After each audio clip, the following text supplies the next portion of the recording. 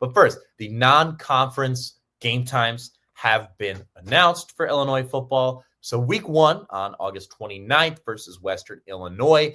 That game will be at 6:30 p.m. Central Time. These are all going to be in Central Time. Then the week 2 matchup on September 6th at Duke that we're going to be talking about later in the show tonight will be at 11 a.m. Central Time. And then the following week on the 13th, home against Western Michigan, that will be a 6 p.m. Central Time game. Those are the only game times we have announced so far. I'm not super surprised by either. They moved that Western game to a Friday before they officially announced the game time, so makes sense that that would be a night game. There's never really a Friday day game.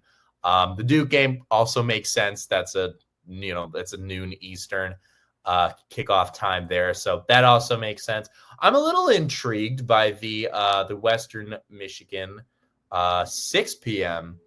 Time. I'm surprised that that's a night game as well. I figured that would be another afternoon one. But I don't think that should affect the matchup too much. That should only add to the anticipation and excitement of the crowd there. And yeah, those are the only games announced so far. I'm looking more forward to the announcement of the Big Ten schedule. Obviously, I really want to see what that Indiana game and that Ohio State game end up being. I really hope that Indiana game's a night game. It would add to the atmosphere for Indiana. It would only add to Illinois' win, though, if they pick up that win at Indiana. So that's all I got. I will update you guys when the actual Big Ten schedule game times come out. Those are the non-con games. And then basketball, too. They've been a little busy. They've agreed to 2 non-conference deals.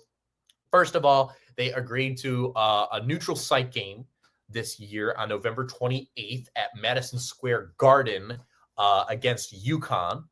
So this will be their 4th year in a row playing at Madison Square Garden. If you recall, the last time they played at MSG last year, it was in February. It was really bad. They lost to Duke 110-67.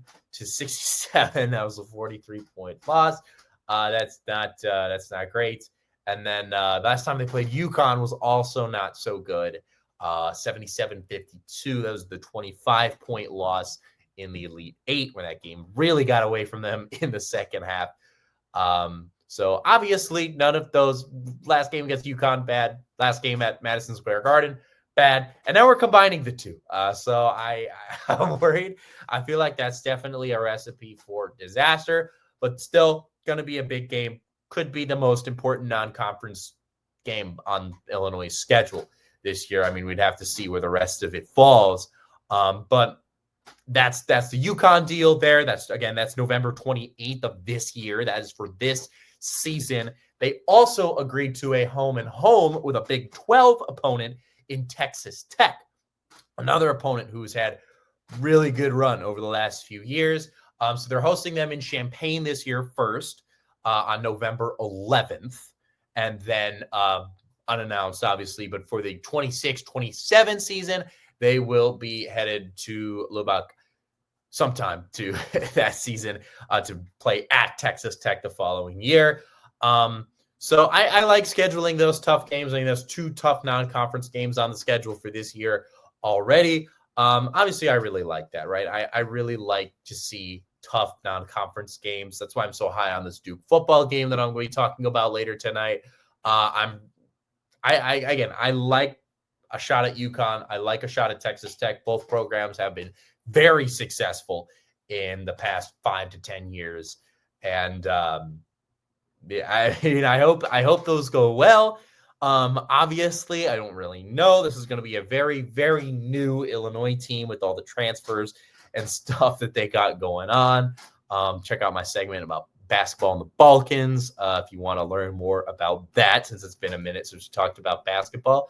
But yeah, overall, I like scheduling those hard non-conference games. There's really not too much else that can be said about it.